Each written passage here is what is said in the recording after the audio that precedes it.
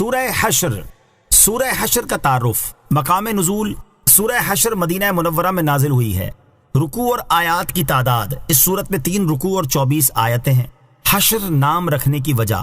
حشر کا معنی ہے لوگوں کو اکٹھا کرنا، اور اس صورت کی دوسری آیت میں بنو نذیر کے یہودیوں کے پہلے حشر یعنی انہیں اکٹھا کر کے مدینے سے نکال دیے جانے کا ذکر کیا گیا ہے. اس مناسبت سے اسے سورہ حشر کہتے ہیں. سورہ حشر کی فضیلت. حضرت معقل بن یسار رضی اللہ تعالیٰ عنہ سے روایت ہے، پیارے آقا علیہ الصلوۃ والسلام نے ارشاد فرمایا، جس نے صبح کے وقت 3 مرتبہ اعوذ باللہ السمیع العلیم من الشیطان الرجیم کہا اور سورہ حشر کی آخری 3 آیات کی تلاوت کی تو اللہ تعالیٰ 70,000 فرشتے مقرر کر دیتا ہے جو شام تک اس کے لیے دعائیں مغفرت کرتے رہتے ہیں، اور اگر اسی دن انتقال کر جائے تو شہید کی موت مرے گا، اور جو شخص شام کے وقت اسے پڑھے تو اس کا بھی یہی مرتبہ ہے. سورہ حشر کے مضامین. اس سورت کا مرکزی مضمون یہ ہے کہ اس میں بنو نذیر کے یہودیوں کو مدینہ منورہ سے جلا وطن کرنے کے بارے میں بیان کیا گیا اور مسلمانوں کو چند شرعی احکام بتائے گئے ہیں. نیز اس سورت میں یہ مضامین بیان کیے گئے ہیں. نمبر 1، اس سورت کی ابتدا میں بتایا گیا کہ انسان، حیوان، نباتات، جمادات، الغرض کائنات کی ہر چیز ہر نقص و عیب سے اللہ تعالیٰ کی پاکی بیان کرتی ہے، اس کی قدرت و وحدانیت کی گواہی دیتی ہے اور اس کی عظمت کا اقرار کرتی ہے. نمبر 2، یہ بتایا گیا کہ بنو نذیر کے یہودیوں نے پیارے آقا علیہ الصلوۃ والسلام سے کیے ہوئے معاہدے کی خلاف ورزی کی اور آپ صلی اللہ تعالیٰ علیہ وسلم کو شہید کرنے کی سازش کی، تو اس کے نتیجے میں انہیں مدینہ منورہ سے جلا وطن کر دیا گیا. نمبر 3، فے کے مال کے احکام بیان کیے گئے اور مسلمانوں کو حکم دیا گیا کہ نبی پاک علیہ الصلوۃ والسلام جو کچھ انہیں عطا فرمائے وہ لے لیں اور جس سے منع فرمائے اس سے باز رہیں اور اللہ تعالیٰ سے ڈرتے رہیں. نمبر 4، اللہ تعالیٰ نے مہاجرین و انصار اور ان کے بعد آنے والے مسلمانوں کی عظمت و شان بیان فرمائی اور یہ بتایا کہ جو اپنے نفس کے لالچ سے بچا لیا گیا تو وہی کامیاب ہیں. نمبر 5، منافقوں کی باطنی خباثت ذکر کی گئی اور یہ بتایا گیا کہ کس طرح انہوں نے یہودیوں سے ان کی مدد کرنے کے خفیہ وعدے کیے اور کس طرح یہ اپنے وعدوں سے منہ پھیر گئے. نیز ان منافقوں کو شیطان سے تشبیہ دی گئی اور یہ بتایا گیا کہ جس نے شیطان کی باتوں میں آ کر کفر کیا تو وہ اور شیطان دونوں جہنم کی آگ میں ہمیشہ رہیں گے. نمبر 6، مسلمانوں کو تقوی و پرہیزگاری اختیار کرنے، آخرت کی تیاری کرنے اور سابقہ امتوں کے احوال سے عبرت و نصیحت حاصل کرنے کا حکم دیا گیا اور یہ بتایا گیا کہ دوزخ والے اور جنت والے برابر نہیں اور جنت والے ہی کامیاب ہیں. نمبر 7، اس سورت کے آخر میں قرآن مجید کی عظمت بیان کی گئی اور اسے نازل کرنے والے رب تعالیٰ کے عظیم اور جلیل اوصاف اور اس کے اسماء حسنہ بیان کیے گئے. سورہ مجادلہ کے ساتھ مناسبت. سورہ حشر کی اپنے سے ماقبل سورت مجادلہ کے ساتھ ایک مناسبت یہ ہے کہ سورہ مجادلہ کے آخر میں ان صحابہ کرام کا ذکر کیا گیا جنہوں نے غزوہ بدر میں اپنے قریبی رشتہ داروں کو قتل کر دیا تھا، اور سورہ حشر میں غزوہ بدر کے بعد ہونے والے غزوے بنو نذیر اور یہودیوں کی جلا وطنی کا ذکر کیا گیا. دوسری مناسبت یہ ہے کہ سورہ مجادلہ میں پیارے آقا علیہ الصلوۃ والسلام کی مدد کی جانے کی خبر دی گئی اور سورہ حشر کی ابتدا میں ذکر کیا گیا کہ یہودیوں کے مقابلے میں پیارے آقا علیہ الصلوۃ والسلام کی مدد کی گئی ہے. بسم اللہ الرحمن الرحیم. ترجمہ. اللہ کے نام سے شروع جو نہایت مہربان رحمت والا ہے. سبح للہ ما فی السماوات وما فی الارض وهو العزیز الحکیم. هو الذی اخرج الذین کفروا من اہل الکتاب من دیارہم لأول الحشر ما ظننتم ان يخرجوا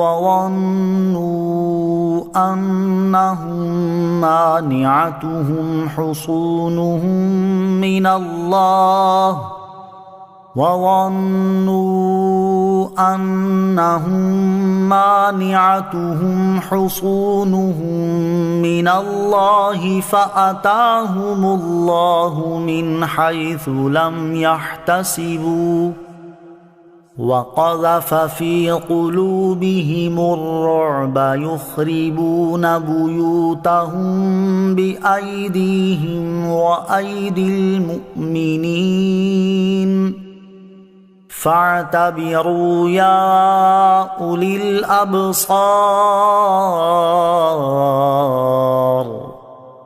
ترجمہ. اللہ کی پاکی بیان کی ہر اس چیز نے جو آسمانوں میں اور جو زمین میں ہے، اور وہی بہت عزت والا بڑا حکمت والا ہے. وہی ہے جس نے ان کافر کتابیوں کو ان کے گھروں سے ان کے پہلے حشر کے وقت نکالا. تمہیں گمان نہ تھا کہ وہ نکلیں گے اور وہ سمجھتے تھے کہ ان کے قلعے انہیں اللہ سے بچا لیں گے، تو اللہ کا حکم ان کے پاس وہاں سے آیا جہاں سے انہیں گمان بھی نہ تھا، اور اس نے ان کے دلوں میں رعب ڈال دیا، وہ اپنے گھروں کو اپنے ہاتھوں سے اور مسلمانوں کے ہاتھوں سے ویران کرتے ہیں، تو اے آنکھوں والو عبرت حاصل کرو۔ سبح للہ ما فی السماوات وما فی الارض، اللہ کی پاکی بیان کی ہر اس چیز نے جو آسمانوں میں اور جو زمین میں ہے۔ اس آیت سے معلوم ہوا کہ ہر چیز زبان قال یا حال سے اللہ تعالیٰ کی تسبیح کرتی ہے، جسے ہم نہیں سمجھتے، مگر ان کی تسبیح کی تاثیر جدا گانا ہے، جیسے سبزے کی تسبیح سے عذاب قبر دور ہوتا ہے۔ هو الذی اخرج الذین کفروا من اہل الکتاب، وہی ہے جس نے ان کافر کتابیوں کو نکالا۔ شان نزول، مفسرین فرماتے ہیں کہ یہ صورت بنو نذیر کے بارے میں نازل ہوئی۔ یہ لوگ یہودی تھے۔ جب نبی کریم علیہ الصلوۃ والسلام مدینہ طیبہ میں رونق افروز ہوئے تو انہوں نے حضور سے اس شرط پر صلح کی کہ نہ آپ کے ساتھ ہو کر کسی سے لڑیں گے اور نہ آپ سے جنگ کریں گے۔ جب جنگ بدر میں اسلام کی فتح ہوئی تو بنو نذیر نے کہا یہ وہی نبی ہیں جن کی صفت تورات میں ہے۔ پھر جب احد میں مسلمانوں کو ہزیمت کی صورت پیش آئی تو یہ شک میں پڑے اور انہوں نے سرکار دو عالم علیہ الصلوۃ والسلام اور آپ کے نیاز مندوں کے ساتھ عداوت کا اظہار کیا، اور جو معاہدہ کیا تھا وہ توڑ دیا۔ اور ان کا ایک سردار کعب بن اشرف یہودی 40 یہودی سواروں کو ساتھ لے کر مکہ مکرمہ پہنچا اور کعبہ معظمہ کے پردے تھام کر قریش کے سرداروں سے رسول کریم علیہ الصلوۃ والسلام کے خلاف معاہدہ کیا۔ اللہ تعالیٰ کے علم دینے سے نبی پاک علیہ الصلوۃ والسلام اس حال پر مطلع تھے، اور بنو نذیر سے ایک خیانت اور بھی واقع ہو چکی تھی کہ انہوں نے قلعے کے اوپر سے تاجدار رسالت علیہ الصلوۃ والسلام پر فاسد ارادے سے ایک پتھر گرانے کا قصد کیا۔ اللہ تعالیٰ نے نبی پاک علیہ الصلوۃ والسلام کو خبردار کر دیا اور اللہ تعالیٰ کے فضل سے آپ محفوظ رہے۔ غرض جب بنو نذیر کے یہودیوں نے خیانت کی اور عہد شکنی کی اور کفار قریش سے پیارے آقا علیہ الصلوۃ والسلام کے خلاف عہد کیا تو حضور پرنور علیہ الصلوۃ والسلام نے حضرت محمد بن مسلمہ انصاری رضی اللہ تعالیٰ عنہ کو حکم دیا اور انہوں نے کعب بن اشرف کو قتل کر دیا۔ پھر حضور انور علیہ الصلوۃ والسلام لشکر کے ساتھ بنو نذیر کی طرف روانہ ہوئے اور ان کا محاصرہ کر لیا۔ یہ محاصرہ 21 روز رہا۔ اس درمیان میں منافقین نے یہودیوں سے ہمدردی اور موافقت کے بہت معاہدے کیے، لیکن اللہ تعالیٰ نے ان سب کو ناکام کیا، یہودیوں کے دلوں میں رعب ڈالا اور آخرکار انہیں حضور اقدس علیہ الصلوۃ والسلام کے حکم سے جلا وطن ہونا پڑا اور وہ شام، اریحہ اور خیبر کی طرف چلے گئے۔ اس آیت کا خلاصہ یہ ہے کہ اللہ تعالیٰ وہی ہے جس نے بنو نذیر کے یہودیوں کو مدینہ منورہ میں موجود ان کے گھروں سے ان کے پہلے حشر کے وقت نکالا۔ یہ جلا وطنی ان کا پہلا حشر ہے، اور ان کا دوسرا حشر یہ ہے کہ امیر المومنین حضرت عمر رضی اللہ تعالیٰ عنہ نے انہیں اپنے زمانہ خلافت میں خیبر سے شام کی طرف نکالا۔ یہ دوسری تفسیر یہ ہے کہ یہ جلا وطنی ان کا پہلا حشر ہے، اور آخری حشر روز قیامت کا حشر ہے کہ آگ سب لوگوں کو سرزمین شام کی طرف لے جائے گی اور وہیں ان پر قیامت قائم ہوگی۔ اس کے بعد اہل اسلام سے خطاب فرمایا جاتا ہے کہ اے مسلمانوں، تمہیں گمان نہ تھا کہ وہ مدینہ منورہ سے نکلیں گے، کیونکہ وہ قوت اور لشکر والے تھے، مضبوط قلعے رکھتے تھے، ان کی تعداد کثیر تھی، جاگیردار اور صاحب مال تھے، اور وہ یہودی سمجھتے تھے کہ ان کے قلعے انہیں اللہ تعالیٰ سے بچا لیں گے، اور اللہ تعالیٰ کا حکم ان کے پاس وہاں سے آیا جہاں سے انہیں گمان بھی نہ تھا، اور انہیں اس بات کا خطرہ بھی نہ تھا کہ مسلمان ان پر حملہ آور ہو سکتے ہیں۔ اللہ تعالیٰ نے ان کے سردار کعب بن اشرف کے قتل سے ان کے دلوں میں رعب ڈالا، جس کے بعد وہ اپنے گھروں کو اپنے ہاتھوں سے ویران کرتے اور انہیں ڈھاتے ہیں تاکہ جو لکڑی وغیرہ انہیں اچھی معلوم ہو وہ جلا وطن ہوتے وقت اپنے ساتھ لے جائیں، جبکہ مسلمانوں کے ہاتھوں سے کفار کے گھر اس طور پر ویران ہوتے ہیں کہ ان کے مکانوں کے جو حصے باقی رہ جاتے ہیں انہیں مسلمان گرا دیتے تھے تاکہ جنگ کے لیے میدان صاف ہو جائے۔ تو اے آنکھیں رکھنے والو، ان یہودیوں کے طرز عمل اور ان کے انجام سے عبرت حاصل کرو اور ان جیسے افعال کرنے سے بچو۔ وَلَوْلَا أَن كَتَبَ اللَّهُ عَلَيْهِمُ الْجَلَاءَ لَعَذَّبَهُمْ فِي الدُّنْيَا وَلَهُمْ فِي الْآخِرَةِ عَذَابُ النَّارِ ذَلِكَ بِأَنَّهُمْ شَاقُّوا اللَّهَ وَرَسُولَهُ وَمَن يُشَاقِّ اللَّهَ فَإِنَّ اللَّهَ شَدِيدُ الْعِقَابِ۔ ترجمہ، اور اگر یہ بات نہ ہوتی کہ اللہ نے ان پر گھروں سے اجڑنا لکھ دیا تھا تو ضرور وہ دنیا ہی میں انہیں عذاب دے دیتا، اور ان کے لیے آخرت میں آگ کا عذاب ہے۔ یہ سزا اس لیے ہے کہ انہوں نے اللہ اور اس کے رسول علیہ الصلوۃ والسلام کی مخالفت کی، اور جو اللہ کی مخالفت کرے تو بے شک اللہ سخت سزا دینے والا ہے۔ وَلَوْلَا أَن كَتَبَ اللَّهُ عَلَيْهِمُ الْجَلَاءَ، اگر یہ بات نہ ہوتی کہ اللہ نے ان پر گھروں سے اجڑنا لکھ دیا تھا۔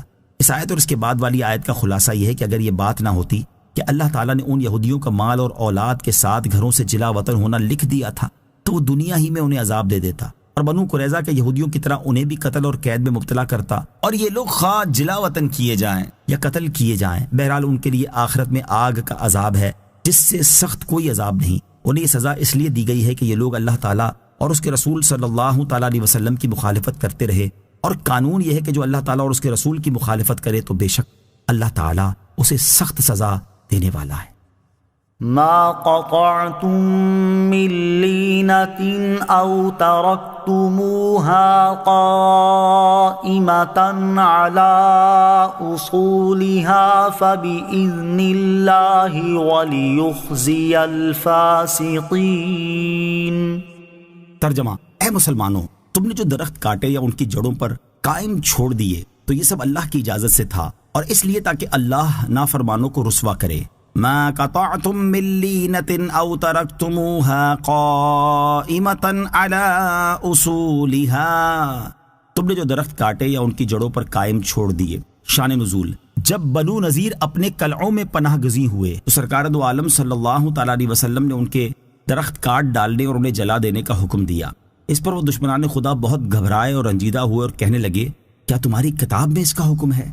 یہ سن کر مسلمان اس بارے میں مختلف ہو گئے، اور بعض نے کہا درخت نہ کاٹو، یہ غنیمت ہے جو اللہ تعالیٰ نے ہمیں عطا فرمائی۔ بعض نے کہا اس سے کفار کو رسوا کرنا اور انہیں غیظ میں ڈالنا منظور ہے۔ اس پر یہ آیت نازل ہوئی اور اس میں بتایا گیا کہ مسلمانوں میں جو درخت کاٹنے والے ہیں ان کا عمل بھی درست ہے، اور جو کاٹنا نہیں چاہتے وہ بھی ٹھیک کہتے ہیں، کیونکہ درختوں کو کاٹنا اور باقی چھوڑ دینا یہ دونوں اللہ تعالیٰ کی اجازت سے تھے، اور اجازت دینا اس لیے تھا کہ اس کے ذریعے اللہ تعالیٰ یہودیوں کو ذلیل کرے۔ آیت ما قطعتم من لینہ سے معلوم ہونے والے مسائل۔ اس آیت سے دو مسئلے معلوم ہوئے۔ نمبر ایک، قرآن کے علاوہ بھی اللہ تعالیٰ کی طرف سے نبی کریم علیہ الصلوۃ والسلام کی طرف وحی بھیجی جاتی تھی، کیونکہ آیت میں بیان کردہ درختوں کو کاٹنے کا اذن الہی قرآن میں کہیں مذکور نہیں، تو یہ اجازت قرآن کے علاوہ وحی میں ہی دی گئی تھی۔ نمبر دو، جہاد میں کفار کو مغموم کرنے کے لیے ان کا مال برباد کرنا جائز ہے۔ وما افاء اللہ علی رسولہ منہم فما اوجفتم علیہ من خیل ولا رکاب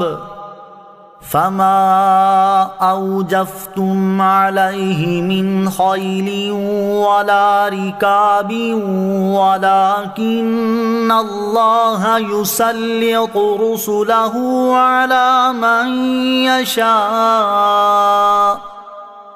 واللہ علی کل شیء قدیر۔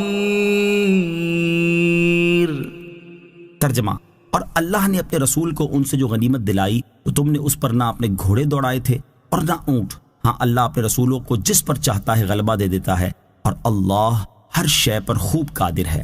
وما افاء اللہ علی رسولہ منہم، اور اللہ نے اپنے رسول کو ان سے جو غنیمت دلائی۔ بنو نذیر کے یہودیوں کو دی جانے والی سزا بیان کرنے کے بعد اب یہاں سے ان اموال کا حکم بیان کیا جا رہا ہے جو ان سے حاصل ہوئے۔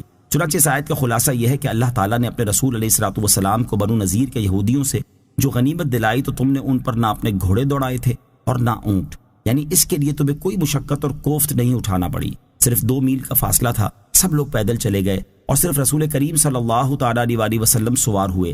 ہاں، اللہ تعالیٰ اپنے رسولوں علیہ الصلوۃ والسلام کو جس دشمن پر چاہتا ہے غلبہ دے دیتا ہے، اور اللہ تعالیٰ ہر شے پر قادر ہے۔ مراد یہ ہے کہ بنو نذیر سے جو مال غنیمت حاصل ہوئے ان کے لیے مسلمانوں کو جنگ نہیں کرنا پڑی، بلکہ اللہ تعالیٰ نے اپنے رسول علیہ الصلوۃ والسلام کو ان پر مسلط کر دیا۔ تو یہ مال حضور اکرم علیہ الصلوۃ والسلام کی مرضی پر موقوف ہے، وہ جہاں چاہیں خرچ کرے۔ رسول کریم علیہ الصلوۃ والسلام نے یہ مال مہاجرین پر تقسیم کر دیا، اور انصار میں سے صرف 3 صاحب حاجت لوگوں کو دیا، اور وہ 3 حضرت ابو دجانہ سماک بن خرشہ، حضرت سہل بن حنیف، حضرت حارث بن سمہ رضی اللہ تعالی عنہم ہیں۔ ما افاء اللہ علی رسولہ من اہل القری فللہ وللرسول ولذی القربى والیتامی والمساکین وابن السبیل کئی لا یکون دولة بین الاغنیاء منکم وما آتاكم الرسول فخذوه وما نهاكم عنه فانتهوا واتقوا الله ان اللہ شدید العقاب۔ ترجمہ: اللہ نے اپنے رسول کو شہر والوں سے جو غنیمت دلائی تو وہ اللہ اور رسول کے لیے ہے، اور رشتہ داروں کے لیے، اور یتیموں اور مسکینوں اور مسافروں کے لیے ہے، تاکہ وہ دولت تمہارے مالداروں کے درمیان ہی گردش کرنے والی نہ ہو جائے، اور رسول جو کچھ تمہیں عطا فرمائے وہ لے لو، اور جس سے تمہیں منع فرمائے تو تم باز رہو، اور اللہ سے ڈرو، بے شک اللہ سخت عذاب دینے والا ہے۔ ما افاء اللہ علی رسولہ من اہل القری، اللہ نے اپنے رسول کو شہر والوں سے جو غنیمت دلائی۔ بعض مفسرین کے نزدیک پہلی آیت میں غنیمت کا جو حکم مذکور ہوا، اس آیت میں اسی کی تفصیل بیان کی گئی ہے، اور بعض مفسرین نے اس قول کی مخالفت کرتے ہوئے فرمایا کہ پہلی آیت بنو نذیر کے اموال سے متعلق نازل ہوئی، ان کو اللہ تعالیٰ نے اپنے رسول کے لیے خاص کیا، اور یہ آیت ہر اس شہر کے اموال غنیمت کے بارے میں ہے جس کو مسلمان اپنی قوت سے حاصل کریں، اور یہاں ان اموال کے 5ویں حصے کا مصرف بیان کیا گیا ہے۔ اس آیت کا خلاصہ یہ ہے کہ اللہ تعالیٰ نے اپنے رسول علیہ الصلوۃ والسلام کو شہر والوں سے جو غنیمت دلائی وہ اللہ تعالیٰ اور رسول کریم صلی اللہ تعالیٰ علیہ وسلم کے لیے ہے، اور ان کے ساتھ ساتھ رسول اکرم صلی اللہ تعالیٰ علیہ وسلم کے رشتہ داروں یعنی بنی ہاشم اور بنی مطلب کے لیے، اور یتیموں، مسکینوں اور مسافروں کے لیے ہے، تاکہ وہ دولت تمہارے مالداروں کے درمیان گھومنے والی چیز نہ ہو جائے، اور غریب فقیر لوگ نقصان میں رہیں۔ زمانہ جاہلیت میں دستور تھا کہ غنیمت میں سے 1/4 تو سردار لے لیتا اور باقی قوم کے لیے چھوڑ دیتا تھا۔ ان میں سے مالدار لوگ بہت زیادہ لے لیتے اور غریبوں کے لیے بہت ہی تھوڑا بچتا تھا۔ اسی معمول کے مطابق لوگوں نے سرکار دو عالم صلی اللہ تعالیٰ علیہ وسلم سے عرض کیا کہ حضور غنیمت میں سے 1/4 لیں، باقی ہم باہم تقسیم کر لیں گے۔ اللہ تعالیٰ نے اس کا رد فرما دیا اور تقسیم کا اختیار نبی کریم علیہ الصلوۃ والسلام کو دیا، اور اس کا طریقہ ارشاد فرمایا: وَمَا آتَاكُمُ الرَّسُولُ فَخُذُوهُ وَمَا نَهَاكُمْ عَنْهُ فَانْتَهُوا، اور رسول جو کچھ تمہیں عطا فرمائے وہ لے لو، اور جس سے تمہیں منع فرمائے تو تم باز رہو۔ اس کا ایک معنی یہ ہے کہ رسول کریم صلی اللہ تعالیٰ علیہ وسلم غنیمت میں سے جو کچھ تمہیں عطا فرمائے وہ لے لو، کیونکہ وہ تمہارے لیے حلال ہے، اور جو چیز لینے سے منع کرے اس سے باز رہو اور اس کا مطالبہ نہ کرو۔ دوسرا معنی یہ ہے کہ رسول کریم صلی اللہ تعالیٰ علیہ وسلم تمہیں جو حکم دیں اس کی اتباع کرو، کیونکہ ہر حکم میں نبی کریم علیہ الصلوۃ والسلام کی اطاعت واجب ہے، اور جس سے منع فرمائے اس سے باز رہو۔ مزید فرمایا کہ اللہ تعالیٰ سے ڈرو، نبی کریم صلی اللہ تعالیٰ علیہ وسلم کی مخالفت نہ کرو، اور ان کے حکم کی تعمیل میں سستی نہ کرو، بے شک اللہ تعالیٰ اسے سخت عذاب دینے والا ہے جو رسول اکرم صلی اللہ تعالیٰ علیہ وسلم کی نافرمانی کرے۔ للفقراء المهاجرين الذين أخرجوا من ديارهم وأموالهم يبتغون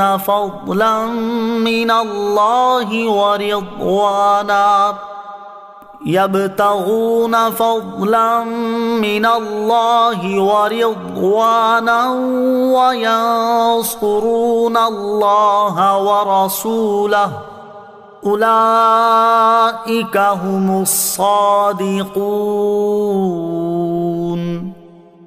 ترجمہ: ان فقیر مہاجروں کے لیے جو اپنے گھروں اور اپنے مالوں سے نکالے گئے اس حال میں کہ اللہ کی طرف سے فضل اور رضا چاہتے ہیں اور اللہ اور اس کے رسول کی مدد کرتے ہیں، وہی لوگ سچے ہیں۔ للفقراء المهاجرين الذين اخرجوا من ديارهم واموالهم، ان فقیر مہاجروں کے لیے ہے جو اپنے گھروں اور اپنے مالوں سے نکالے گئے، یعنی مال غنیمت میں جیسا کہ اوپر ذکر کیے ہوئے لوگوں کا حق ہے، ایسا ہی یہ مال ان فقیر مہاجروں کے لیے بھی ہے جو اپنے گھروں اور مالوں سے نکالے گئے اور ان کے گھروں اور مالوں پر کفار مکہ نے قبضہ کر لیا، اور ان کا حال یہ ہے کہ وہ اللہ تعالیٰ کا فضل یعنی آخرت کا ثواب اور اس کی رضا چاہتے ہیں، اور اپنے جان و مال سے دین کی حمایت میں اللہ تعالیٰ اور اس کے رسول کی مدد کرتے ہیں، وہی ایمان اور اخلاص میں سچے ہیں۔ فقیر مہاجر صحابہ کرام علیہم رضوان کا حال اور ان کی فضیلت۔ حضرت قتادہ رضی اللہ تعالیٰ عنہ فرماتے ہیں کہ ان مہاجرین نے گھر، مال اور کنبے اللہ تعالیٰ اور رسول کریم صلی اللہ تعالیٰ علیہ وسلم کی محبت میں چھوڑے اور اسلام کو قبول کیا، اور ان تمام شدتوں اور سختیوں کو گوارا کیا جو اسلام قبول کرنے کی وجہ سے انہیں پیش آئیں۔ ان کی حالتیں یہاں تک پہنچی کہ بھوک کی شدت سے پیٹ پر پتھر باندھتے تھے اور سردیوں میں کپڑا نہ ہونے کے باعث گڑھوں اور غاروں میں گزارا کرتے تھے۔ ان صحابہ کرام علیہ رضوان کی فضیلت کے بارے میں حضرت عبداللہ بن عمر رضی اللہ تعالیٰ عنہما سے روایت ہے، رسول کریم علیہ الصلوۃ والسلام نے ارشاد فرمایا، فقراء مہاجرین مالداروں سے 40 سال پہلے جنت میں جائیں گے۔ دوسری حدیث میں حضرت ابو سعید خدری رضی اللہ تعالیٰ عنہ سے روایت ہے، حضور پر نور علیہ الصلوۃ والسلام نے ارشاد فرمایا، اے تنگ دست مہاجرین کے گروہ، تمہیں بشارت ہو، قیامت کے دن تم مکمل نور کے ساتھ امیر لوگوں سے نصف دن پہلے جنت میں داخل ہوگے، اور یہ نصف دن 500 برس کے برابر ہے۔ نوٹ، یاد رہے کہ فقراء مہاجرین بعض مالداروں سے 40 برس پہلے جنت میں جائیں گے اور بعض سے 500 برس پہلے جنت میں جائیں گے، لہٰذا پہلے والی حدیث اس حدیث کے خلاف نہیں، جیسا کہ مفتی احمد یار خان نعیمی رحمۃ اللہ تعالی پہلی حدیث کی شرح میں فرماتے ہیں۔ خیال رہے کہ یہ فقراء بعض امیروں سے 40 سال پہلے اور بعض امیروں سے 500 سال پہلے جنت میں جائیں گے، لہٰذا یہ حدیث 500 برس والی حدیث کے خلاف نہیں۔ آیت للفقراء المہاجرین سے معلوم ہونے والے مسائل۔ اس آیت سے 4 مسئلے معلوم ہوئے۔ نمبر 1، اس آیت میں اللہ تعالیٰ نے ان مہاجر مسلمانوں کو فقراء فرمایا جو اپنے اموال وغیرہ مکہ معظمہ میں چھوڑ کر آئے تھے۔ اس سے معلوم ہوا کہ اگر کفار مسلمانوں کے مال پر قبضہ کر لیں تو وہ اس کے مالک ہو جائیں گے۔ نمبر 2، مہاجر صحابہ کرام علیہم رضوان حضور اقدس علیہ الصلوۃ والسلام کی مدد کے لیے آئے تھے، اور اللہ تعالیٰ نے فرمایا کہ میری مدد کے لیے آئے۔ اس سے معلوم ہوا کہ حضور پر نور علیہ الصلوۃ والسلام کی مدد کرنا اللہ تعالیٰ کی مدد کرنا ہے، یعنی حقیقت میں اللہ تعالیٰ کے دین کی مدد کرنا ہے۔ نمبر 3، اللہ تعالیٰ کے بندوں کی مدد لینا شرک نہیں۔ نمبر 4، خلفائے راشدین رضی اللہ تعالیٰ عنہم کی خلافت برحق ہے، کیونکہ ان خلافتوں کو سارے مہاجرین و انصار نے حق کہا اور وہ سب سچے ہیں۔ والذین تبوأوا الدار والایمان من قبلهم يحبون من هاجر الیہم ولا یجدون فی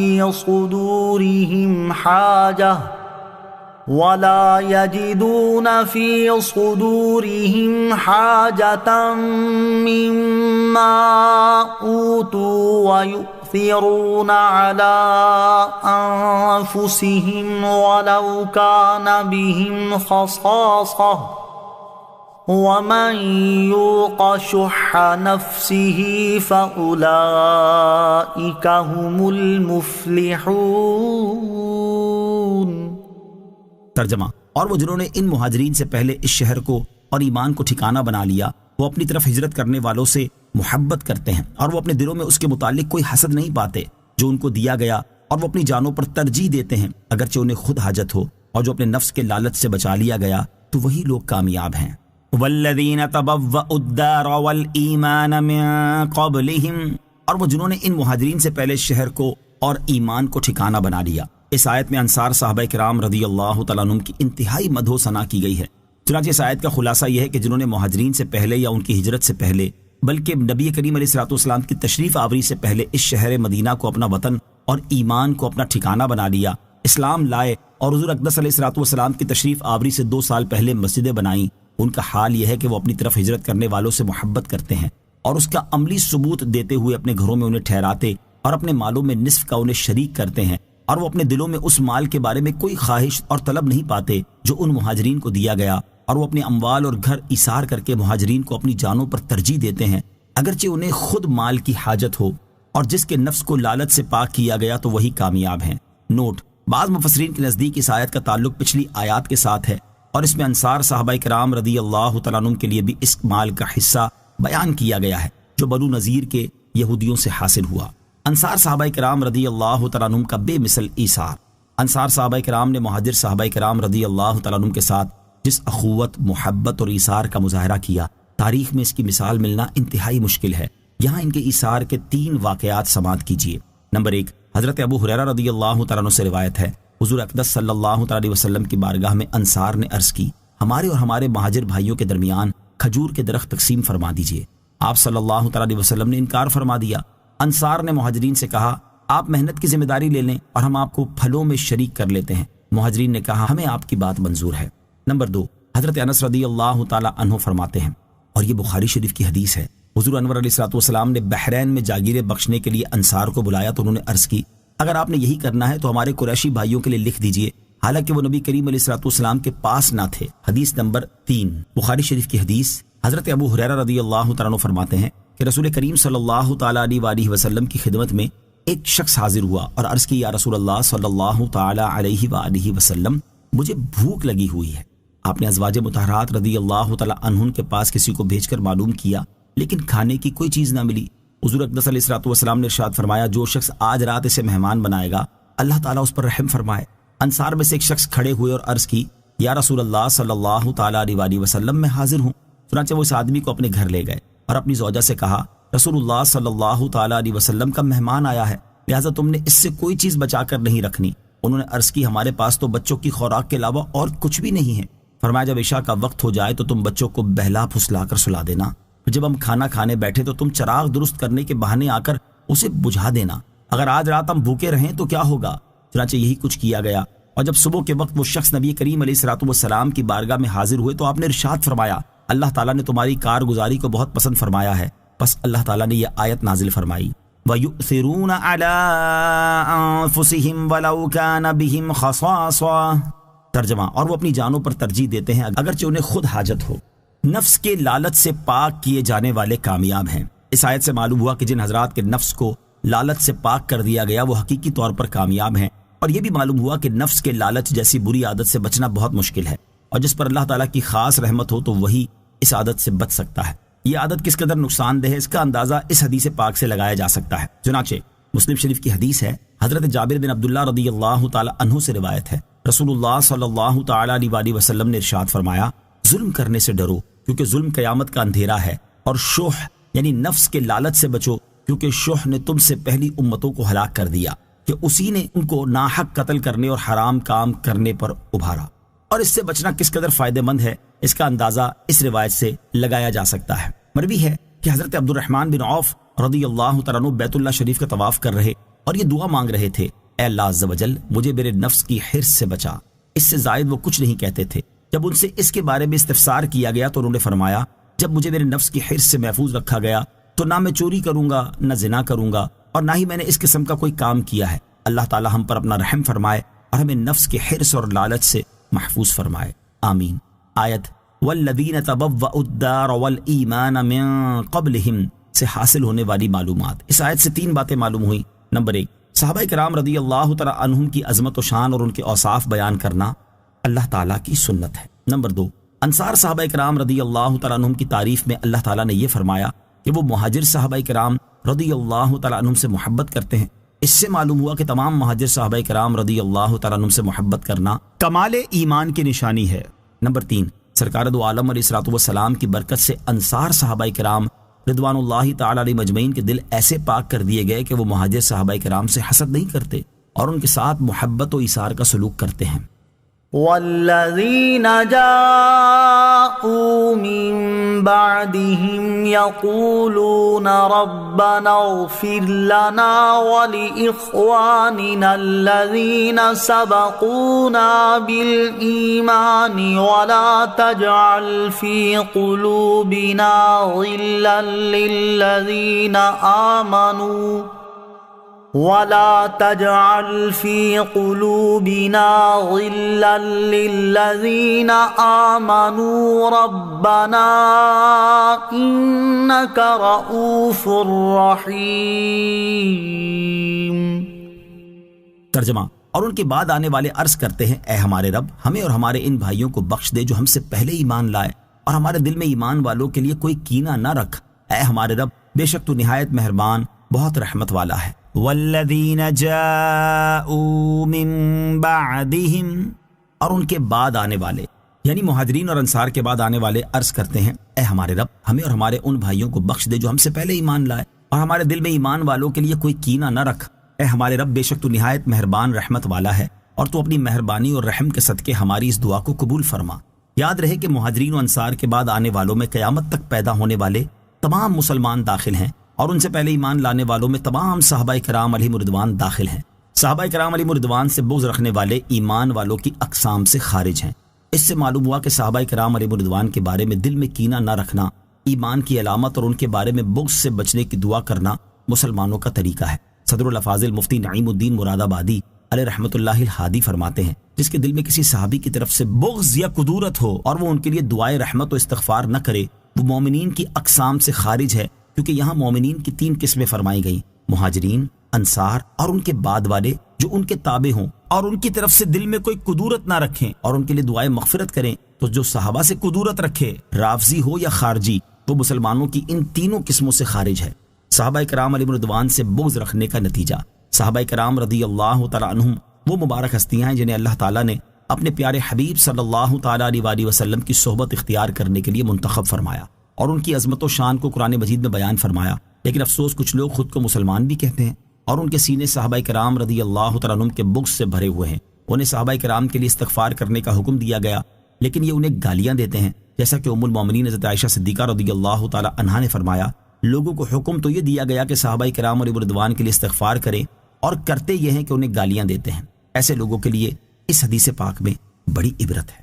ترمذی شریف کی حدیث ہے، حضرت عبداللہ بن مغفل رضی اللہ تعالیٰ عنہ سے روایت ہے، رسول کریم صلی اللہ تعالیٰ علیہ وسلم نے ارشاد فرمایا، میرے صحابہ رضی اللہ تعالیٰ عنہ کے متعلق اللہ سے ڈرو، میرے صحابہ کے بارے میں اللہ سے ڈرو، اللہ سے ڈرو، میرے بعد انہیں نشانہ نہ بناؤ، کیونکہ جس نے ان سے محبت کی تو میری محبت کی وجہ سے ان سے محبت کی، اور جس نے ان سے بغض رکھا تو میرے بغض کی وجہ سے ان سے بغض رکھا، اور جس نے انہیں ستایا اس نے مجھے ستایا، اور جس نے مجھے ستایا اس نے اللہ کو ایذا دی، اور جس نے اللہ کو ایذا دی تو قریب ہے کہ اللہ اسے پکڑے۔ اللہ تعالیٰ ایسے لوگوں کو ہدایت اور عقل سلیم عطا فرمائے اور ان کے دلوں کو صحابہ کرام رضی اللہ تعالیٰ عنہم کی عظمت و شان سے معمور فرمائے، آمین۔ مسلمانوں سے بغض نہ رکھنے کے سبب جنت کی بشارت ملی۔ آیت پاک میں مذکور دعا سے یہ بھی معلوم ہوا کہ ہمیں اپنے دل میں کسی بھی مسلمان کے بارے میں بغض اور کینہ نہیں رکھنا چاہیے۔ یہاں اسی سے متعلق ایک حدیث پاک سماعت کیجیے۔ چنانچہ حضرت انس رضی اللہ تعالیٰ عنہ فرماتے ہیں، ایک بار ہم سرکار دو عالم صلی اللہ تعالیٰ علیہ وسلم کی بارگاہ میں حاضر تھے تو آپ صلی اللہ تعالیٰ علیہ وسلم نے ارشاد فرمایا، ابھی اہل جنت میں سے ایک آدمی تمہارے سامنے آئے گا۔ تو انصار میں سے ایک شخص آیا جس کی داڑھی سے وضو کا پانی ٹپک رہا تھا اور وہ بائیں ہاتھ میں اپنا جوتا لٹکائے ہوئے تھا۔ پھر جب دوسرا دن ہوا تو رسول اللہ صلی اللہ تعالیٰ علیہ وسلم نے فرمایا، ابھی تمہارے سامنے اہل جنت میں سے ایک آدمی آئے گا۔ چنانچہ وہی آدمی اپنے پہلے دن والی کیفیت کے مطابق آیا۔ پھر جب تیسرا دن آیا تو نبی پاک علیہ الصلوۃ والسلام نے پھر اسی طرح ارشاد فرمایا، پھر وہی آدمی آیا۔ جب رسول کریم علیہ الصلوۃ والسلام تشریف لے گئے تو حضرت عبداللہ بن عمرو بن عاص رضی اللہ تعالیٰ عنہ اس آدمی کے پیچھے گئے اور فرمایا، میرا اپنے والد سے جھگڑا ہو گیا ہے اور میں نے یہ قسم کھائی ہے کہ میں 3 راتیں اس کے پاس نہیں جاؤں گا، لہٰذا اگر آپ مناسب خیال کریں تو میری قسم کا وقت ختم ہونے تک مجھے اپنے پاس رہنے کی اجازت دے دیں۔ اس نے کہا ٹھیک ہے۔ حضرت انس رضی اللہ تعالیٰ عنہ فرماتے ہیں، حضرت عبداللہ بن عمر رضی اللہ تعالیٰ عنہما نے بتایا کہ انہوں نے 3 راتیں اس کے ساتھ گزاری۔ اس دوران انہوں نے رات میں کسی بھی وقت اس آدمی کو اٹھتے نہیں دیکھا، البتہ اس کا حال یہ تھا کہ جب وہ اپنے بستر پر کروٹ بدلتا تو اللہ تعالیٰ کا ذکر کرتا اور اس کی عظمت و کبریائی بیان کرتا، یہاں تک کہ وہ صبح کی نماز کے لیے اٹھا اور خوب اچھی طرح وضو کیا، اور میں نے اسے کلمہ خیر کہنے کے علاوہ کچھ کہتے نہیں سنا۔ جب 3 راتیں گزر گئیں اور قریب تھا کہ میں اس کے عمل کو کم گمان کرتا تو میں نے کہا، اے اللہ کے بندے، بے شک میرے اور میرے والد کے درمیان کوئی جھگڑا اور ناراضی نہیں ہے اور نہ ہی کوئی فراق اور جدائی ہے، اصل بات یہ ہے کہ میں نے رسول اللہ صلی اللہ تعالیٰ علیہ وسلم کو تمہارے بارے میں 3 مجالس میں 3 بار یہ فرماتے سنا ہے کہ ابھی تمہارے سامنے اہل جنت میں سے ایک آدمی داخل ہوگا اور تینوں بار تم ہی آئے، چنانچہ میں نے ارادہ کیا کہ تمہارے پاس ٹھہر کر تمہارے عمل کو دیکھوں۔ میں نے تمہیں کوئی بڑا عمل کرتے نہیں پایا، تو وہ کون سا عمل ہے جس کی وجہ سے تم نے رسول کریم علیہ الصلوۃ والسلام کی زبان اقدس سے یہ فضیلت پائی؟ اس نے کہا، میرا عمل وہی ہے جو آپ نے دیکھا۔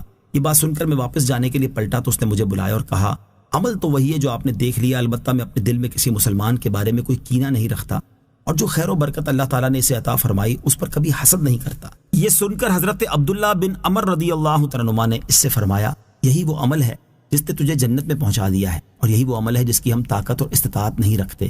اللہ تعالیٰ ہمیں بھی اپنے مسلمان بھائیوں کے ساتھ بغض اور کینہ رکھنے سے محفوظ فرمائے، آمین۔ آیت والذین جاءوا من بعدہم سے حاصل ہونے والی معلومات۔ اس آیت سے مزید 3 باتیں معلوم ہوئیں۔ نمبر 1، ہر مسلمان کو چاہیے کہ صرف اپنے لیے دعا نہ کرے بلکہ اپنے بزرگوں کے لیے بھی دعا کیا کرے۔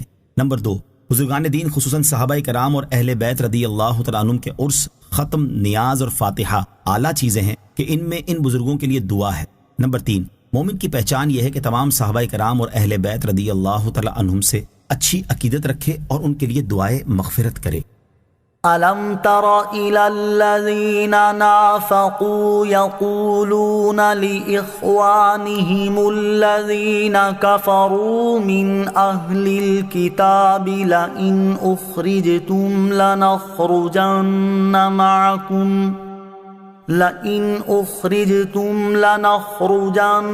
مَعَكُمْ وَلَا نُطِيعُ فِيكُمْ أَحَدًا أَبَدًا وَإِنْ قُوتِلْتُمْ لَنَنصُرَنَّكُمْ وَاللَّهُ يَشْهَدُ إِنَّهُمْ لَكَاذِبُونَ۔ ترجمہ، کیا تم نے منافقوں کو نہ دیکھا کہ اپنے اہل کتاب کافر بھائیوں سے کہتے ہیں کہ قسم ہے اگر تم نکالے گئے تو ضرور ہم تمہارے ساتھ نکلیں گے اور ہرگز تمہارے بارے میں کسی کا کہنا نہ مانیں گے، اور اگر تم سے لڑائی کی گئی تو ہم ضرور تمہاری مدد کریں گے، اور اللہ گواہی دیتا ہے کہ یقیناً وہ ضرور جھوٹے ہیں۔ الم تر الی الذین نافقوا، کیا تم نے منافقوں کو نہ دیکھا؟ اس آیت کا خلاصہ یہ ہے کہ اے حبیب صلی اللہ تعالیٰ علیہ وسلم، کیا آپ نے عبداللہ بن ابی سلول منافق اور اس کے ساتھیوں کو نہ دیکھا کہ اپنے اہل کتاب کافر بھائیوں بنو قریظہ اور بنو نذیر سے کہتے ہیں کہ اگر تم مدینہ منورہ سے نکالے گئے تو ضرور ہم تمہارے ساتھ جائیں گے، اور ہرگز تمہارے خلاف کسی کا کہا نہ مانیں گے، نہ مسلمانوں کا نہ رسول اکرم کا، اور اگر تم سے لڑائی ہوئی تو ہم ضرور تمہاری مدد کریں گے اور تمہارے ساتھ مل کر لڑیں گے۔ اللہ تعالیٰ گواہ ہے کہ یہودیوں سے منافقین کے یہ سب وعدے جھوٹے ہیں۔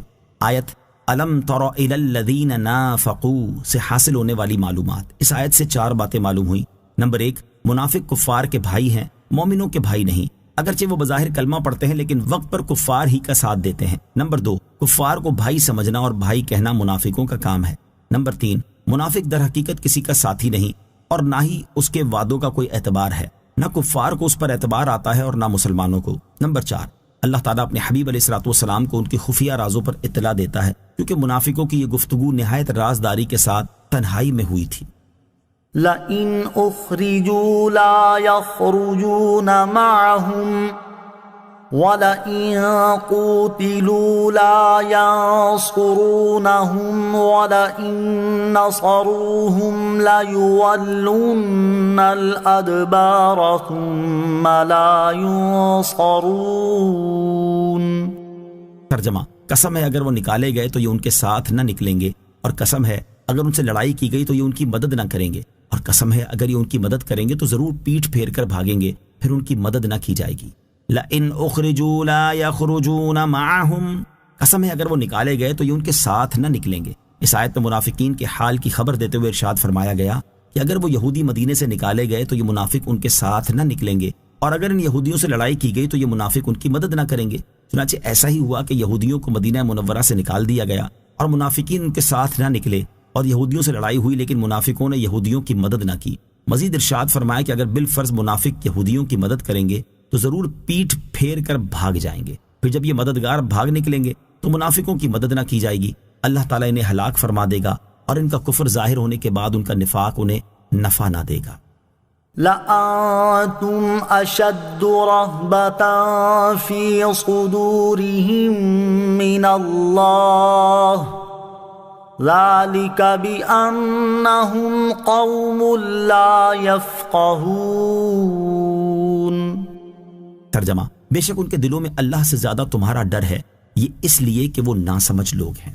لَأَنْتُمْ أَشَدُّ رَهْبَةً فِي صُدُورِهِمْ مِنَ اللَّهِ، بے شک ان کے دلوں میں اللہ سے زیادہ تمہارا ڈر ہے، یعنی اے مسلمانوں بے شک ان منافقوں کے دلوں میں اللہ تعالیٰ سے زیادہ تمہارا ڈر ہے کہ تمہارے سامنے تو کفر کا اظہار کرنے سے ڈرتے ہیں، اور یہ جانتے ہوئے بھی کہ اللہ تعالیٰ دلوں کی چھپی باتیں جانتا ہے، دل میں کفر رکھتے ہیں۔ ان کا یہ ڈر اس لیے ہے کہ وہ ناسمجھ لوگ ہیں، اللہ تعالیٰ کی عظمت کو نہیں جانتے، ورنہ جیسا اس سے ڈرنے کا حق ہے ویسا اس سے ڈرتے۔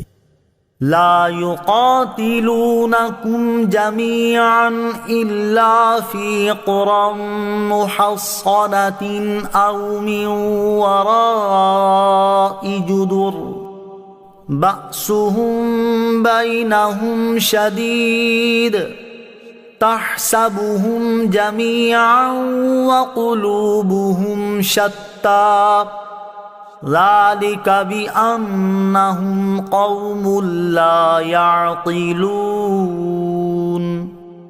ترجمہ، یہ سب مل کر بھی تم سے نہ لڑیں گے مگر قلعہ بند شہروں میں یا دیواروں کے پیچھے سے۔ ان کی آپس میں لڑائی بہت سخت ہے، تم انہیں اکٹھا سمجھتے ہو، حالانکہ ان کے دل الگ الگ ہیں، یہ اس لیے کہ وہ بے عقل لوگ ہیں۔ لا يقاتلونکم جمیعا، یہ سب مل کر بھی تم سے نہ لڑیں گے، یعنی اے مسلمانوں سب یہودی مل کر بھی اعلانیہ تم سے نہ لڑیں گے، بلکہ قلعہ بند شہروں میں اور دیواروں کے پیچھے چھپ کر لڑیں گے۔ چنانچہ ایسا ہی ہوا کہ مدینہ منورہ کے اہل کتاب نے کبھی کھلم کھلا مسلمانوں کے مقابلے کی ہمت نہ کی، بلکہ غزوہ خندق کے بعد جب مسلمانوں نے ان کی بد عہدی کی بنا پر ان سے مقابلہ کیا تو وہ اپنے آپ کو کوچہ بند محلوں میں بند ہو کر بیٹھ گئے، پھر مجبوراً نکلے تو بنو قریظہ قتل اور بنو نذیر جدا وطن کر دیے گئے۔ یوں اللہ تعالیٰ نے جیسا فرمایا تھا ویسا ہی ہوا۔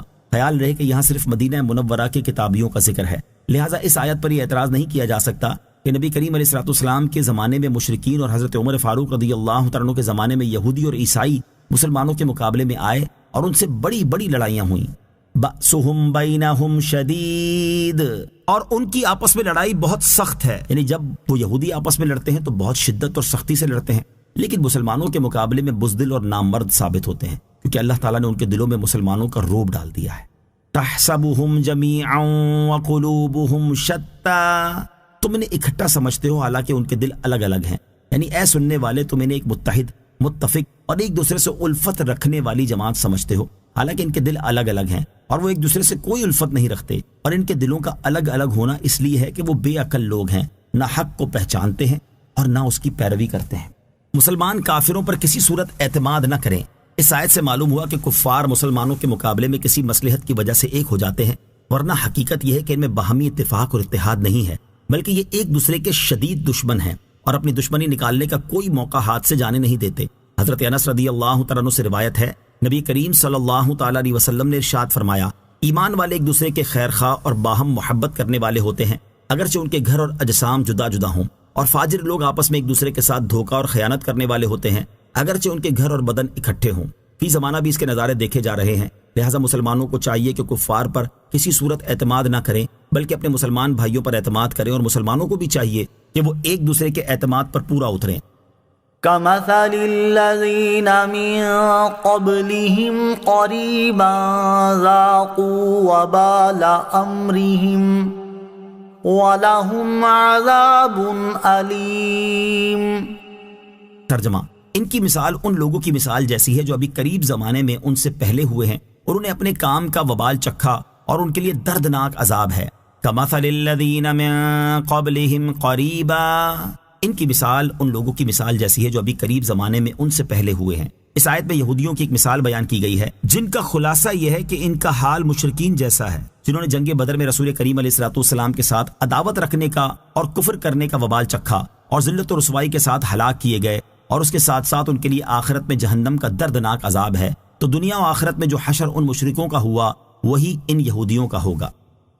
كمثل الشيطان إذ قال للإنسان اكفر فلما كفر قال إني بريء منك إني أخاف الله رب العالمين. ترجمہ، جیسے شیطان کی مثال جب اس نے آدمی سے کہا کفر کر، پھر جب اس نے کفر کر لیا تو کہا بے شک میں تجھ سے بیزار ہوں، بے شک میں اس اللہ سے ڈرتا ہوں جو سارے جہانوں کا رب ہے. کمثل الشیطان، جیسے شیطان کی مثال. اس آیت میں منافقوں اور یہودیوں کی ایک مثال بیان کی جا رہی ہے. اس کا خلاصہ یہ ہے کہ منافقوں کا بنو نذیر کے یہودیوں کے ساتھ سلوک ایسا ہے جیسے شیطان کی مثال کہ اس نے اپنے مکر و فریب سے آدمی کو کفر کرنے کا کہا، اور جب اس نے کفر کر لیا تو اس سے برات کا اظہار کرتے ہوئے کہہ دیا کہ میں تجھ سے بیزار ہوں اور بے شک میں اس اللہ تعالیٰ کے عذاب سے ڈرتا ہوں جو سارے جہان کا رب ہے.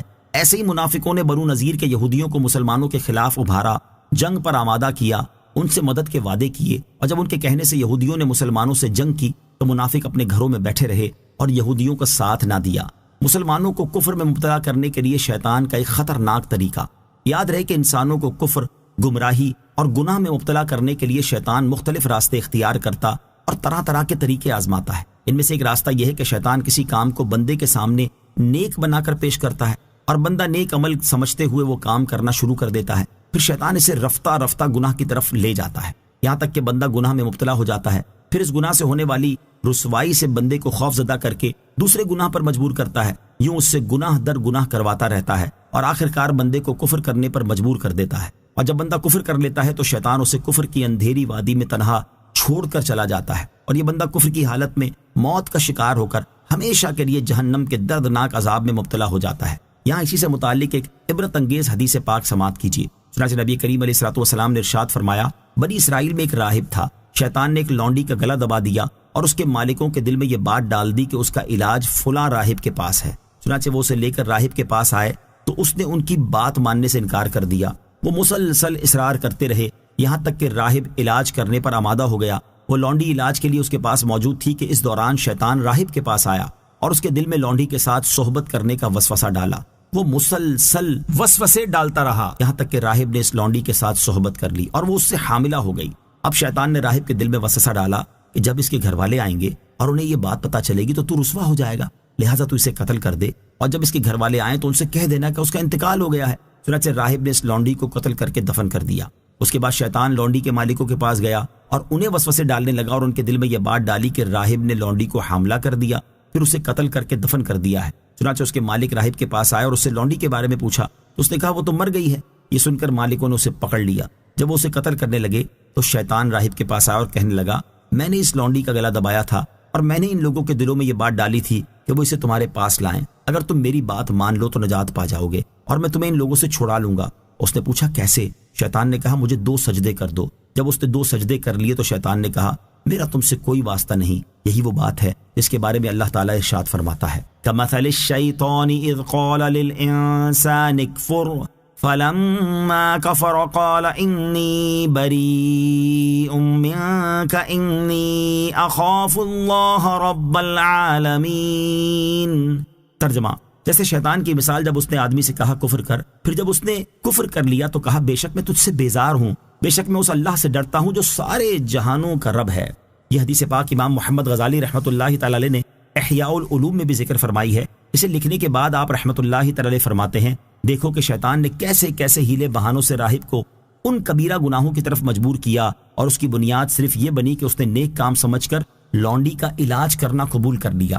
بعض اوقات آدمی سمجھتا ہے کہ یہ ایک نیکی اور بھلائی کا کام ہے، اور شیطان اس کے دل میں خفیہ طریقے سے یہ بات ڈالتا ہے کہ اسے یہ اچھا کام کرنا چاہیے، پھر وہ نیکی میں رغبت رکھنے والے آدمی کی طرح اس کام کو کرتا ہے، یہاں تک کہ معاملہ اس کے اختیار سے نکل جاتا ہے اور وہ گناہ میں مبتلا ہو جاتا ہے۔ پھر ایک بات دوسری بات کی طرف لے جاتی ہے، یہاں تک کہ اس کے لیے چھٹکارے کی کوئی صورت باقی نہیں رہتی۔ لہٰذا ہر مسلمان کو چاہیے کہ وہ شیطان کے اس خطرناک طریقے سے ہوشیار رہے، اور بطور خاص کسی عورت کے ساتھ اچھائی کرنے سے پہلے اس بات پر خوب غور کر لے کہ یہ چیز آگے چل کر اسے گناہ میں مبتلا تو نہ کر دے گی۔ اگر اس کا ذرا سا بھی اندیشہ نظر آئے تو ہرگز اپنے نفس پر اعتماد کرتے ہوئے بظاہر اچھا نظر آنے والا وہ کام نہ کرے کہ اسی میں اس کے دین کی سلامتی اور ایمان کی حفاظت کا سامان ہے۔ اللہ تعالی ہمارے ایمان کی حفاظت فرمائے اور ہمیں شیطان کے مکر و فریب سے بچائے، آمین۔ فَكَانَ عَاقِبَتَهُمَا أَنَّهُمَا فِي النَّارِ خَالِدَيْنِ فِيهَا وَذَلِكَ جَزَاءُ الظَّالِمِينَ۔ ترجمہ، تو ان دونوں کا انجام یہ ہوا کہ وہ دونوں آگ میں ہوں گے، ہمیشہ اس میں رہیں گے، اور ظالموں کی یہی سزا ہے۔ فَكَانَ عَاقِبَتَهُمَا، تو ان دونوں کا انجام یہ ہوا، یعنی شیطان اور کفر کرنے والے اس انسان کا اخروی انجام یہ ہوا کہ وہ دونوں جہنم کی آگ میں ہیں اور ہمیشہ اس میں رہیں گے، اور ظالموں کی یہی سزا ہے کہ وہ ہمیشہ جہنم کی آگ میں رہیں۔ یا ایھا الذین آمنوا اتقوا اللہ ولتنظر نفس ما قدمت لغد واتقوا اللہ ان اللہ خبیر بما تعملون۔ ترجمہ، اے ایمان والو، اللہ سے ڈرو اور ہر جان دیکھے کہ اس نے کل کے لیے آگے کیا بھیجا ہے، اور اللہ سے ڈرو، بے شک اللہ تمہارے اعمال سے خوب خبردار ہے۔ یا ایھا الذین آمنوا اتقوا اللہ، اے ایمان والو اللہ سے ڈرو۔ گزشتہ آیات میں یہودیوں کی عہد شکنی اور منافقین کے مکر و فریب کو بیان کیا گیا، اور اب یہاں سے ایمان والوں کو نصیحت کی جا رہی ہے۔ چنانچہ اس آیت کا خلاصہ یہ ہے کہ اے ایمان والو، تم جو کام کرتے ہو اور جو چھوڑتے ہو، ہر ایک میں اللہ تعالیٰ سے ڈرو اور اس کے حکم کی مخالفت نہ کرو، اور ہر جان دیکھے کہ اس نے قیامت کے دن کے لیے کیا اعمال کیے، اور تمہیں مزید تاکید کی جاتی ہے کہ اللہ تعالیٰ سے ڈرو اور اس کی اطاعت و فرما برداری میں سرگرم رہو، بے شک اللہ تعالیٰ تمہارے اعمال سے خبردار ہے۔ لہٰذا جب گناہ کرنے لگو تو سوچ لو کہ اللہ تعالیٰ ہمارے اس گناہ کو دیکھ رہا ہے، وہ قیامت کے دن اس کا حساب لے گا اور اس کی سزا دے گا۔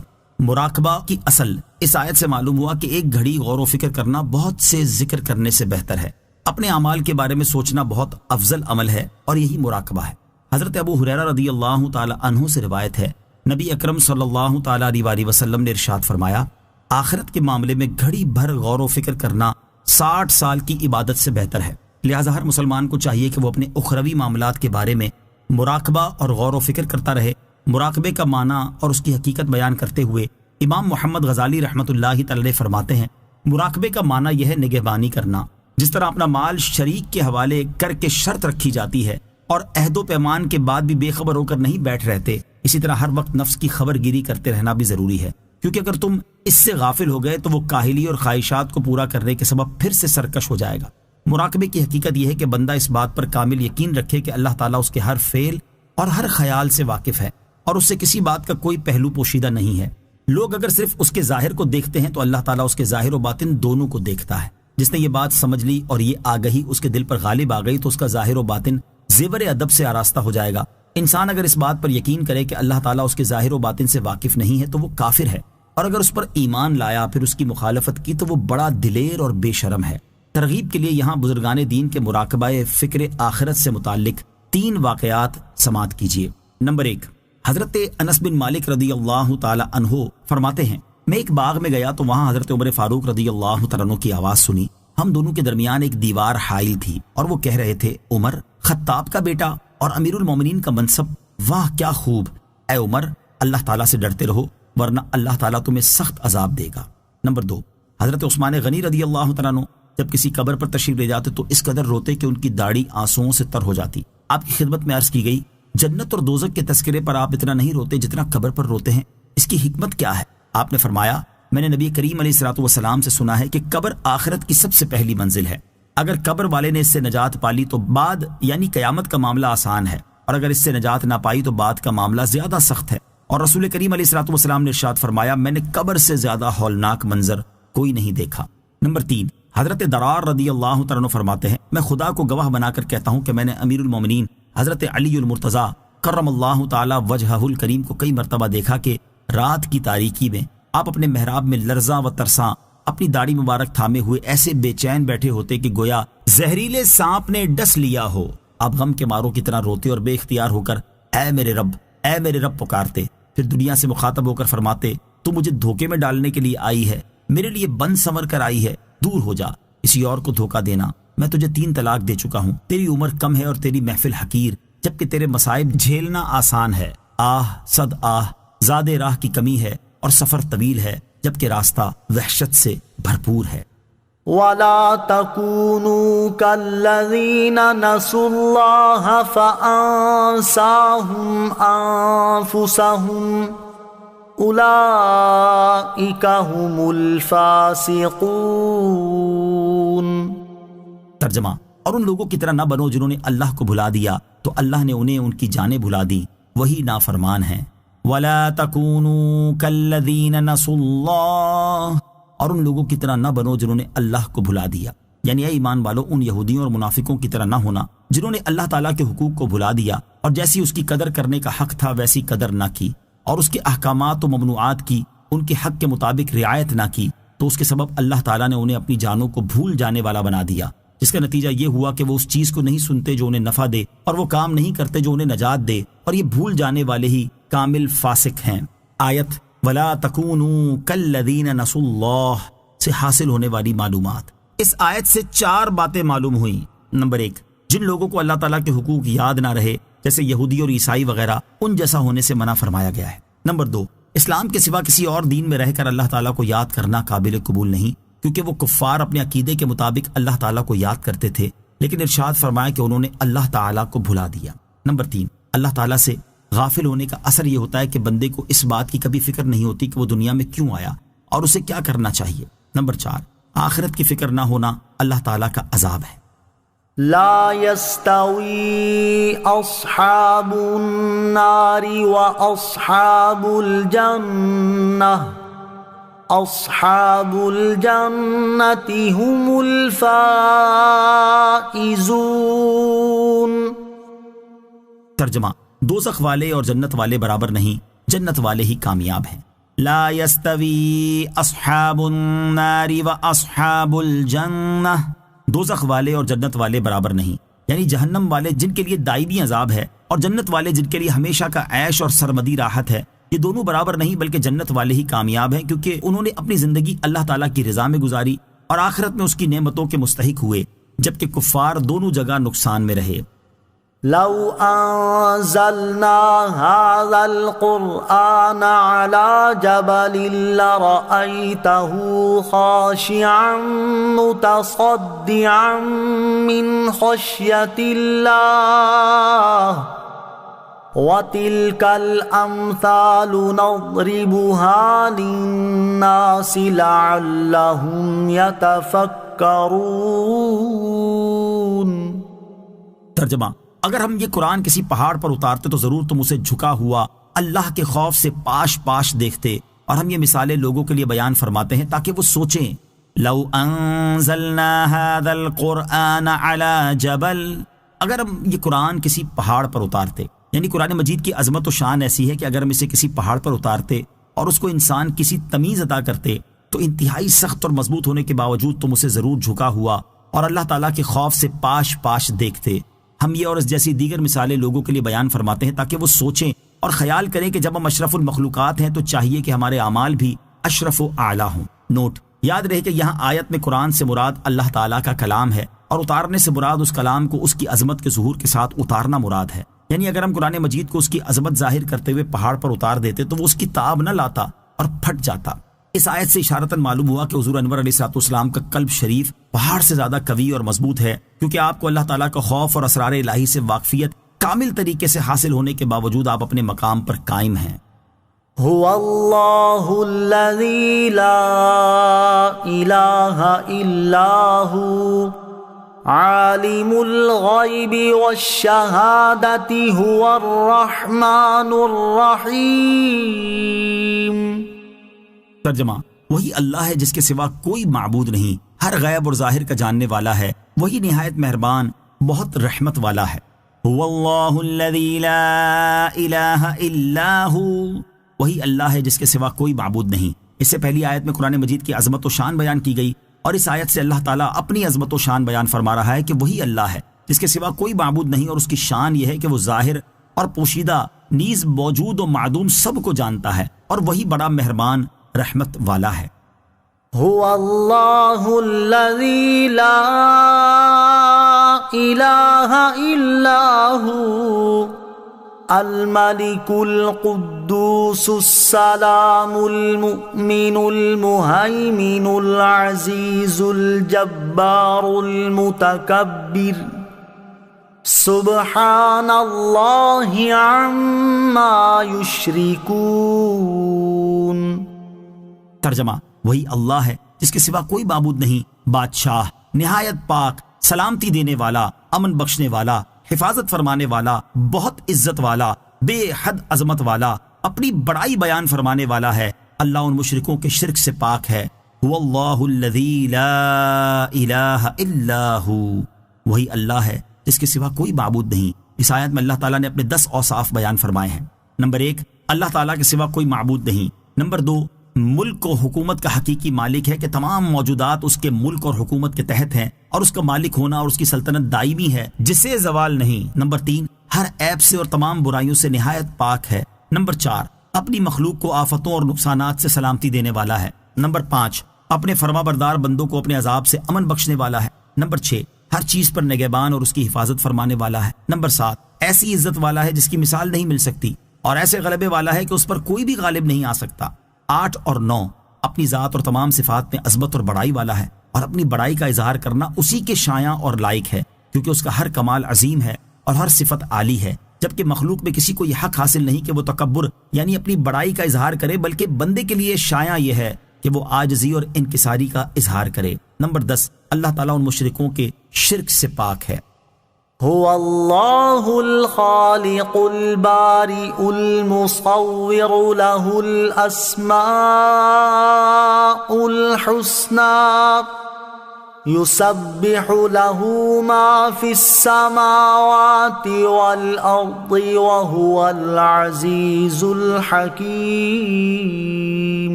ترجمہ: وہی اللہ بنانے والا، پیدا کرنے والا، ہر ایک کو صورت دینے والا، سب اچھے نام اسی کے ہیں، آسمانوں اور زمین میں موجود ہر چیز اسی کی پاکی بیان کرتی ہے، اور وہی بہت عزت والا، بڑا حکمت والا ہے۔ هو اللہ الخالق، وہی اللہ بنانے والا، یعنی وہی اللہ ہے جس کی شان یہ ہے کہ وہ بنانے والا، عدم سے وجود میں لانے والا، اور ہر ایک کو جیسی چاہے ویسی صورت دینے والا ہے۔ سب اچھے نام اسی کے ہیں جو کہ اس کی بلند صفات پر دلالت کرتے ہیں۔ آسمانوں اور زمین میں موجود ہر چیز تمام عیوب و نقائص سے اس کی پاکی بیان کرتی ہے، اور وہی حقیقی طور پر عزت والا، حکمت والا ہے۔ سورہ حشر کی آخری 3 آیات کی فضیلت۔ سورہ حشر کی آخری 3 آیات کی بڑی فضیلت ہے۔ حضرت ماقل بن یسار رضی اللہ تعالیٰ عنہ سے روایت ہے، رسول کریم صلی اللہ تعالیٰ علیہ وسلم نے ارشاد فرمایا، جس نے صبح کے وقت 3 مرتبہ اعوذ باللہ السمیع العلیم من الشیطان الرجیم کہا اور سورہ حشر کی آخری 3 آیات کی تلاوت کی، تو اللہ تعالیٰ 70,000 فرشتے مقرر کر دیتا ہے جو شام تک اس کے لیے دعائے مغفرت کرتے رہتے ہیں، اور اگر اسی دن انتقال کر جائے تو شہید کی موت مرے گا، اور جو شخص شام کے وقت اسے پڑھے تو اس کا بھی یہی مرتبہ ہے۔ اس کی دوسری فضیلت یہ ہے، حضرت ابو امامہ باہلی رضی اللہ تعالیٰ عنہ سے روایت ہے، سرکار دو عالم صلی اللہ تعالیٰ علیہ وسلم نے ارشاد فرمایا، جس شخص نے رات یا دن میں سورہ حشر کی آخری 3 آیتیں پڑھیں اور اسی رات یا دن میں اس کا انتقال ہو گیا تو اس نے جنت کو واجب کر لیا۔ آمنت باللہ صدق اللہ العظیم۔